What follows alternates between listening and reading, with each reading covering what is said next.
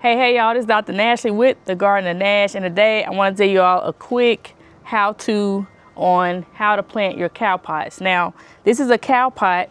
I did a video about this before, but I wanted to do one that was more succinct to kind of give you a little bit more tips. So this is kind of made of, it feels kind of like a cardboard material, but this is actually a biodegradable pot that a lot of your nurseries, they'll plant these clippings in. This is actually a rose clipping, blue girl rose clipping, and they put the fertilizer in it, and over time this pot will actually biodegrade in the soil. It will decompose. It's actually made from decomposed cow manure, and so it actually has fertilizer nutrients already built into it. Now these pots come in many different sizes and shapes. You can order them online. I don't necessarily recommend any particular place to get them from, but they're very widely available. And so with this, I actually bought this as a small clipping from a nursery. As you see, the leaves have grown out quite a bit now, but I want to actually go ahead and get these into the soil. They should have been in the soil, to be honest, but you had a lot of things we were working on and dealing with. So, hey, it's no time like now. So we're about to do it. And so what I recommend when you're planting cow pots, you want to make sure that you actually split the sides at least in like 4 or 5 places to make sure that the roots have room to actually exit out a little bit easier. Now, obviously you don't have to do that, but it'll just take longer for the cow pot to decompose over time. And so I'm gonna go ahead and cut some slits in here. I got my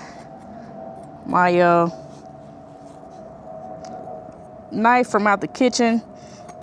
This is supposed to be my sharp knife. And we're just gonna cut some slits in there. I wanna be careful though, because I don't wanna cut any of the roots that are already in there. So we just kinda wanna put a little opening there, and I can just, you know, kind of make it a little bit wider with my fingers. So there you go. And you wanna do that a little bit more. I can actually do it probably a little bit better from this angle, but just kind of cut in there.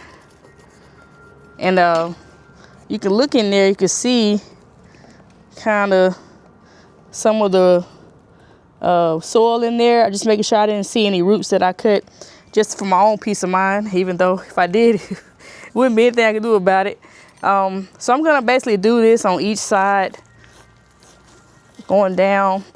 You can also use a group of scissors for this. I'm just trying to go as quickly as I can because I actually have to run to another meeting. But when we do this, I love flowers. I don't know if you saw one of my videos earlier this year, but we have so many different flowers we're gonna try this year. I haven't really been a big flower person over the years, but I'm realizing now that you need those flowers for your pollinators. And so I want to give them a nice home to come, so they'll know, hey, you can get lots and lots of pollen and nectar in this garden, and then that helps with a lot of the vegetables to get pollinated as well.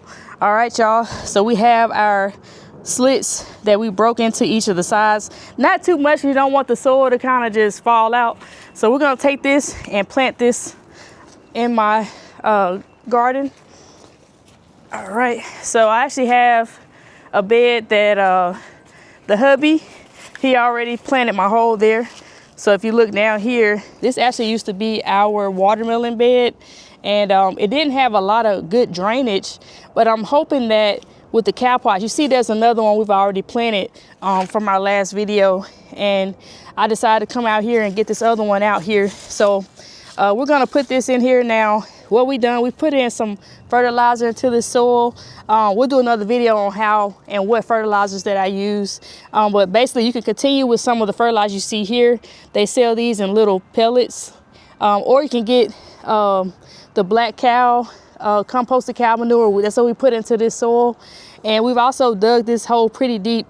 You can see some of the Georgia red clay, as we see when they first, I guess, laid down the side in the yard. But we're basically just gonna drop it over in there and just get a good footing for it, kind of work it in. All right, and I'm gonna just kind of start to cover this. Now we already have moist soil because it's been raining here. So normally I would also wet the soil, but it's already pretty moist down there.